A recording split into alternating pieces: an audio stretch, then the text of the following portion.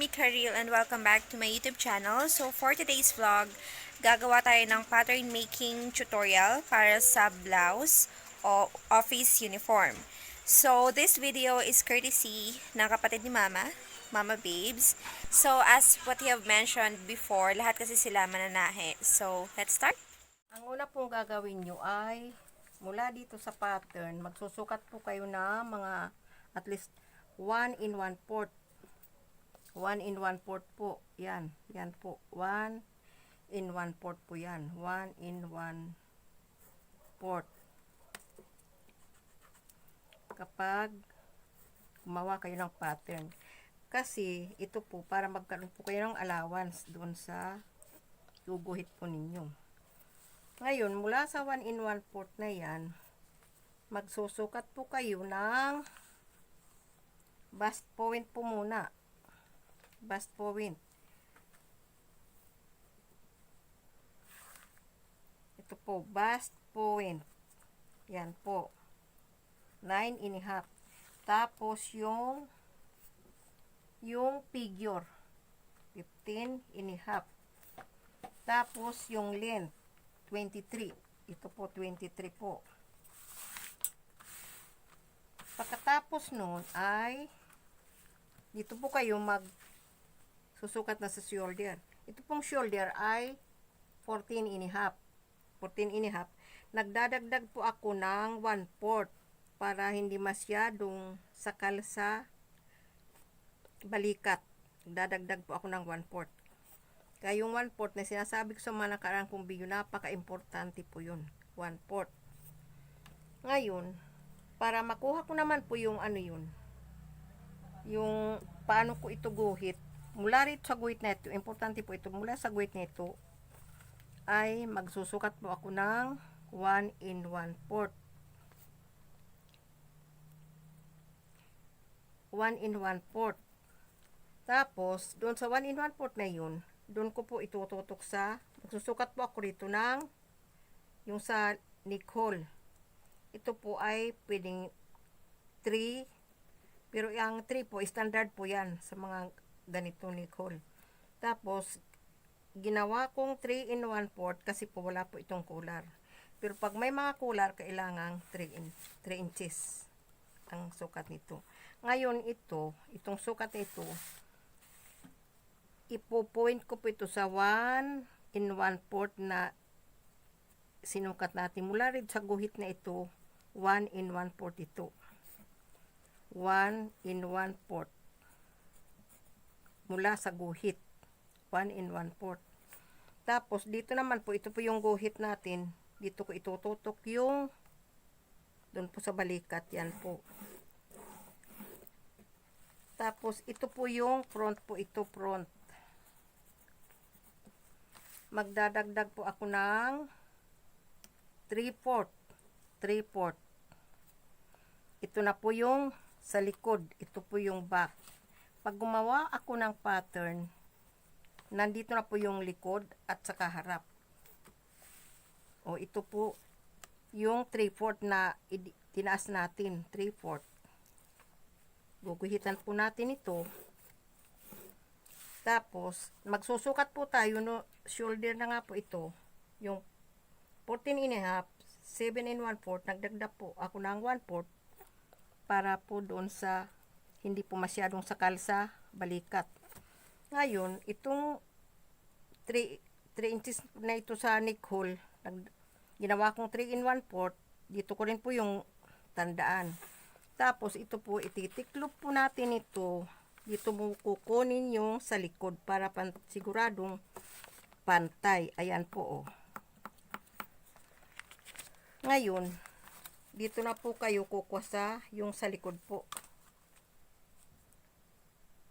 Yung sa neck hole po ito sa likod. Mula rito sa guhit na ito, kaya ito pong guhit na ito, napaka-importante po nito.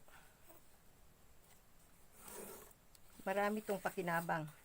Mula sa guhit na ito, magsusukat po kayo ng 3/4. Baba po ng 3/4. Ito po ang itututok ninyo sa balikat, shoulder. O, yan na po yan. So, tapos na po tayo roon. Ngayon, para makuha naman po natin yung armhole. Ang armhole po nito is 15. Mula po rito, ay dito sa guhit na ito, kukunin po natin roon yung 7.5. Pero po, minsan, mag-adjust na lang po kayo riyan. Minsan, kulang ng kaunti, o adjust lang po yan. Basta importante po ito na po, 7.5. Ngayon, mula dito sa shoulder, sukatin po nito 7 1/4. Tapos magsusukat po kayo rito ng 7 1/4 din. Magbabawas po kayo ng adjust nyo ng half inch. Ito po, adjust po ng half inch rito. Tapos itong half inch na ito po ang kukunin yung harap. Yan po. Pagdating po rito, ihuhugisan na lang po nito round po hanggang sa bust. Ganyan po akong gumawa ng pattern. Subok ko na po ito. 35 years po, ganito lang po ang ginagawa ko. Ngayon, yung half inch na yun, dito naman po niyo itutok sa balikat sa likod. Ito po yung sukat ng likod. Ito yung harap, ito yung likod. Ito naman, ito yung likod. Kasi po, kailangan po mas malalim ang harap kaysa likod. O ito yan na po ang likod. Tapos susukat po kayo rito ng yung bust. Ang bust po is 33.5. Yang sukat po, eksakto yan sa katawan. Ngayon, kailangan magdagdag tayo ng allowance. Kasi po, pag di natin dinagdagan ng allowance yan, hindi magkakasya doon sa may-ari. So, 33.5, magdadagdag tayo ng 2 inches. So, magiging 35.5. Ito po. 34, 35.5. Kaya, 35.5. O, ayan po. O. Yan. 8 and 7/8. Kaya nga po doon sa mga nakaraan kong video, ang 1/8 ay napakahalaga po niyan. O yan po. So ito na po yung bust. Tapos sumunod po, ito po yung figure. Kapag nagsukat po kayo ng figure, eksakto sa baywang. Yan po yung figure. Ang sukat po ng ano po niya, ng baywang sa figure ay 28.5. 28.5 plus 2 inches. So, ibig sabihin po, 28, 29, 30.5. Ito po yung 30.5. Yan po. 7 and 5/8. Magdadagdag po tayo uli ng 1 inch para sa tax. Ito po yung tax. Para po yan sa bust. Tapos, sa first hips, 36, 37, 38. Ayan po ang 38 po. Tapos, sa second hips is 36.5. So, ibig sabihin, dinagdagan ko po ito ng 2.5. 36, 37, 38, 39. Ginawa ko po itong 39 kasi ang blouse ay dapat hindi masikip sa laylayan. Yan po. Ang may-ari po nito dalaga, kaya po ito ganito. Ngayon yan na po yung guhit natin, yung sukat natin. So pagdating naman po dito, siguro makikita nyo bakit kurba. Ayan po. Pag nagguhit po ako rito, ay ganito po yun. Yan po. Sa gitna po, ilalagyan ko po yun ng kurba. Yan po. Depende po sa katawan, kung malaki ang bilbil, mataba, payat, depende po yun. Ito po, ang lagay ko po rito ay 3/8. 3/8 po ito. Oh, 3/8 po yan. Kasi po, ito po yung lubak. Ang katawan natin ay lubak. Kasi pag ganyan, nakahugis po yan sa katawan, pag titingnan siya, maski mataba siya, pag may kurti ang blouse niya, maganda siyang tingnan. Maski payat po siya, pag may kurte rin ang katawan, hindi siya masyadong payat tingnan. Ganon din po sa mataba, hindi po masyadong matabang tingnan. Kaya po yan, ang ganyan ang ginagawa ko. So ngayon, iguguhit ko na po yan. O, guguhitan ko pa yun. Titingnan ko po kung maganda ang pagkaguhit ko, kung maganda ang... Kasi po, hindi po ito basta guhitan lang na guhitan. Para maganda ang forma ng damit, kailangang nasa tamang hugis rin.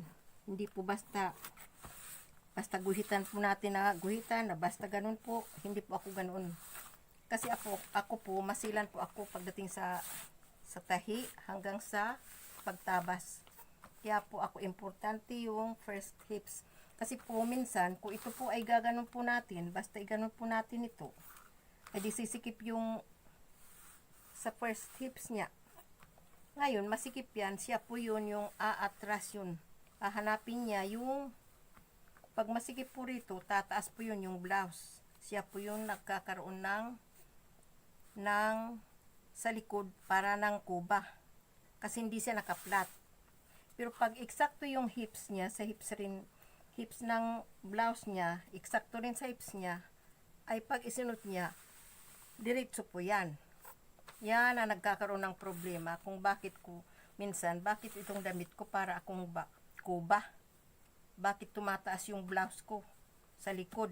Yun po ang problema. Pag masikip po sa first hips, hahanapin po yun ng damit. Pupunta yung damit, yung maluwag rito, pupunta po yun, tataas po yun. Kaya yun po nagsusukat ako ng first hips. Pagdating naman po dito sa baba, sa laylayan, ito po yun. Nagdadagdag ako ng 1 inch. Dito, ito po yung harap. O, ito po yung harap.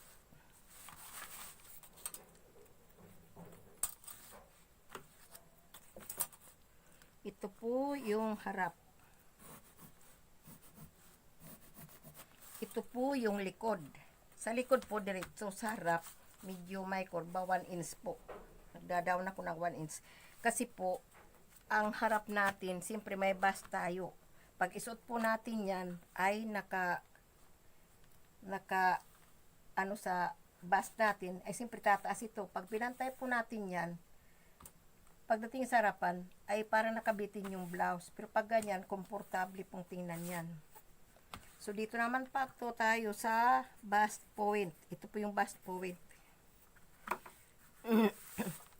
Ang gagawin po natin dito, ay yung bust distance po niya ay 7. 7. Yan po. 7. Kalahati ay 3.5. 3.5. Pagdating po rito, mula sa baywang, na ang tax ko, nagsusukat ba ako ng tax? 6 inches po yun. Hindi po ako basta guhit lang ng guhit, na kung saan po mapunta yun, ng ganoon, hindi po. May mga sukat po ako lahat yan. Tapos, yung dinagdag natin na 1 inch, ito na po yun. Kaya po nagdagdag tayo roon para dito sa tax ito. Saka po natin guhitan yan, diretso. Kapag naman po may cut out, diretso po niyo itong ito. Kaya importante ito. Ako lagi po akong may guhit na ganito sa gitna. O yan. Kung may cut out po, diretso na po ninyo yan. O. Ngayon, pag meron na pong ganito, kapag sa mga blouse po, nagka-cut out na lang po ako, di na po ako naglalagay ng ganoon. Kasi may manggas na po yan. Ngayon, naglalagay pa lang po ako yung may ganoon po. May tax po sa kilikili kapag sleeveless. Kasi kapag sleeveless, kailangan naka-flat po yan. Pero pag may manggas, hindi na po ako naglalagay ng tax pa. Kundi kung may cut out ko na lang po yan. Dito na po ako naglalagay sa baywang.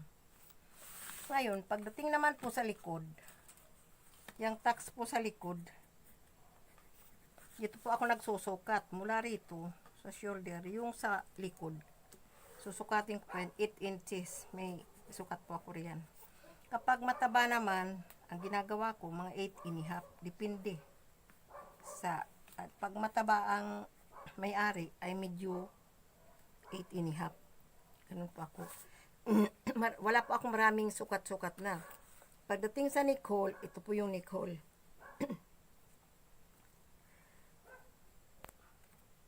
Pagdating naman po sa neck hole, standard po 6.5 para po ito sa mga hindi masyadong mataba.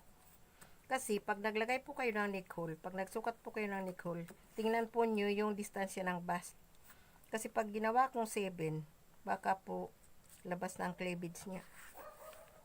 Kaya ito po ay 6.5 lang inlagay ko. Pagdating naman po sa round neck, mga 3.5. Ngayon pagpayat, mga 3 inches lang po yun. Ito na po itutok mo po doon sa 3.5 po ito. Ito po 3.5 rin po ito. Ito na po yung round neck, itutok mo po doon sa sukat natin na 3.5 rin. So ito po yung back. Pagdating naman po sa ganito, kunwari ito po ay halimbawa buo lang, ganito po yun. Ito na po yung likod niya. Ngayon, kung halimbawa may butonis naman, nagdadagdag po ako rito 3/4. Pero saka ko na po yan paliwanag sa inyo, para ito lang muna po magawa ninyo, at least maintindihan na po ninyo. Kapag dito sa likod po ito po ay back, ito likod po ito, 8 inches po ang sukat ko rito mula doon sa ito. 8 inches po yan. Yan po, 8 inches. Tapos po rito po yun, bust point. Yan po. Wala po dito sa yan po. Bali, ang dinadagdag ko lang po rito is 3/4 lang po ito. 3/4 lang po dito. Kasi, kailangan po mag-down tayo ng, kasi pag nangyari na po ito, mag-down ng 3/4 para po pag isinuot ang damit, hindi po yung tahi nasa likod. Kasi yung ibang magawa, pantayan lang po. Pag pantayan po, minsan yung tahing ito na sa balikat ay nandun na sa likod. Pero pag ganyan, hindi po. Kasi mas maganda sa damit, nasa harap, makita mo yung tahi. Yan po. Ito po ay tapat nyo rito. Ganon din po. Para pantay pag tinahin nyo. Tapos dito na po kayo. Ito po ang harap po ito. Front. Ito naman po ay back. Wala po akong mga basta ito na po yung harap, likod. Ito po yung likod, itong diretso. Tapos ito po ang front. Ganyan lang po ako maggawa.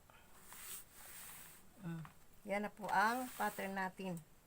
Sa susunod po, ito ipakikita ko po sa inyo kung paano yung may butonis, yung mga, kasi marami pa pong proseso yun. Hindi po yun basta-basta.